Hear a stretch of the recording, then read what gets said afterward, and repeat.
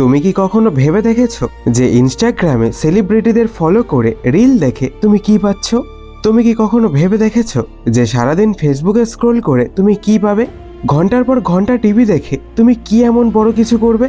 তুমি কি কখনো এটা ভেবেছো যে বন্ধুদের সাথে সারাদিন ঘুরতে গিয়ে আড্ডা মারতে গিয়ে তুমি তোমার ভবিষ্যৎকে কতটা নষ্ট করছো? তুমি কি কখনো এটা ভেবেছো যে একটু একটু করে সারাদিনে 3-4 ঘন্টা সময় প্রতিদিন তুমি সোশ্যাল মিডিয়ায় ভিডিও দেখার পেছনে খরচ করছো, যা তোমার এনার্জি ও জীবন দুটোই খারাপ করছে? তুমি আজ আবারও একটা সুযোগ পেয়েছিলে, কিন্তু ফালতু কিছু কারণে তুমি সেটাও নষ্ট করে দিয়েছো। তুমি ভেবেছিলে ভোরবেলা উঠে পড়বো, কিন্তু যখন ঘুম ভাঙলো তখন বেলা 11টা। এরপর তুমি ভাবলে আজকের দিনটা তো যা হওয়ার হয়ে গিয়েছে, কাল থেকে ঠিকই পড়া শুরু করব। এই ভেবে আবার পরের দিনটাও তুমি মোবাইলে কাটিয়ে দিলে। নিজের কেরিয়ার, নিজের ভবিষ্যৎকে নিয়ে তুমি কেন এমন করছো?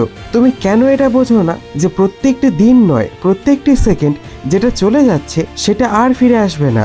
তুমি হয়তো ভুলে যাচ্ছ যে পড়াশোনা করলে প্রত্যেকটি মানুষ সফলতা অবশ্যই অর্জন করে, আর যারা সময় থাকতে পড়াশোনা করে না, ভবিষ্যতে গিয়ে তারা কোথাও পৌঁছাতে পারে না।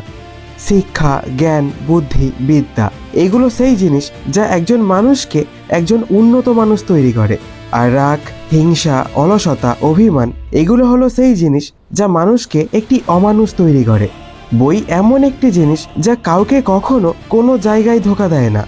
পড়াশোনা এটা না একটা পাহাড়ের মতো, এটার উপরে যতটা পরিশ্রম করবে, যতটা সংঘর্ষ করবে, ততটাই উচ্চ শিখরে তুমি পৌঁছবে। তাই যদি কোথাও পৌঁছাতে চাও তাহলে তোমাকে পরিশ্রম তো করতেই হবে, যেখানে সেখানে পৌঁছানো না। যদি বড় কোনো জায়গায় পৌঁছাতে হয় তাহলে পরিশ্রমও সেই লেভেলের করতে হবে। মনে রেখো, তুমি পরিশ্রম করলে তবেই কার্যসিদ্ধি হয়, শুধু বসে বসে ভাবলে তা হয় না। কেন মন বসে না? কেন এক জায়গায় ফোকাস করতে পারো না? কেন বারবার একই ফোনটাকে টাচ করতে ইচ্ছে করে? কেন ভাই, কেন? এই প্রশ্নটা তুমি নিজেকে নিজেই জিজ্ঞাসা করো যে কেন তোমার বাবা মা এই আশায় বসে আছে যে তুমি আর কয়েক বছর পর বড় কিছু করবে। ওনারা কেন এটা চায় যে তুমি তোমার নিজের পায়ে দাঁড়াও, নিজের দমে কিছু করো, নিজের পরিচয় তৈরি করো।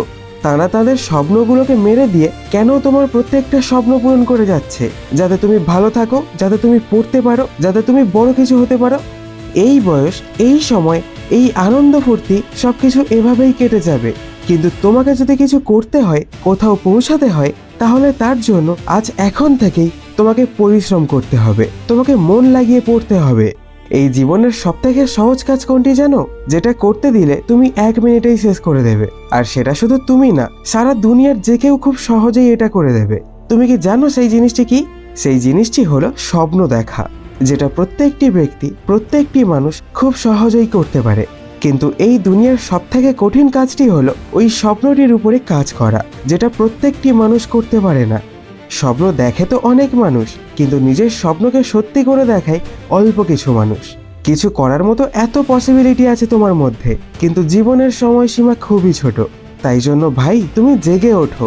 যদি আজ তুমি না জাগো তাহলে কাল থেকে তোমাকে সেই মানুষগুলির পিছনে লাইনে দাঁড়াতে হবে যারা শুধু স্বপ্নই দেখে জীবন কাটিয়ে দেয়, যারা তাদের জীবনের সাধারণ চাহিদাগুলো পূরণ করতে হাঁপিয়ে যায়। আমি জানি এখন তোমার ভিতরে একটা আলাদা অনুভূতি কাজ করছে, তোমার হৃদয় একটু হলেও জোরে স্পন্দন করছে আর তোমাকে কিছু বলতে চাইছে। আজ যদি তুমি সেটা শোনো, আজ যদি তুমি নিজেকে ঘুম থেকে জাগিয়ে তোলো, তাহলে আগামী দিনে তুমি সেই মানুষগুলোর সাথে দাঁড়াবে যাদেরকে দেখে দুনিয়া সাহস পায়, যারা শুধু স্বপ্ন দেখেই ছেড়ে দেয় না, সেই স্বপ্ন সত্যি করে দেখায়। তুমি যদি চাও তাহলে পরিস্থিতি বদলে যাবে, তাই বুকে হিম্মত রাখো, পাহাড় ও রাস্তা ছেড়ে দেবে। তুমি তো দাঁড়িয়ে আছো শান্ত দিঘির জল হয়ে, আরে নদী হয়ে যাও, সমুদ্রের সাথে দেখা হবে।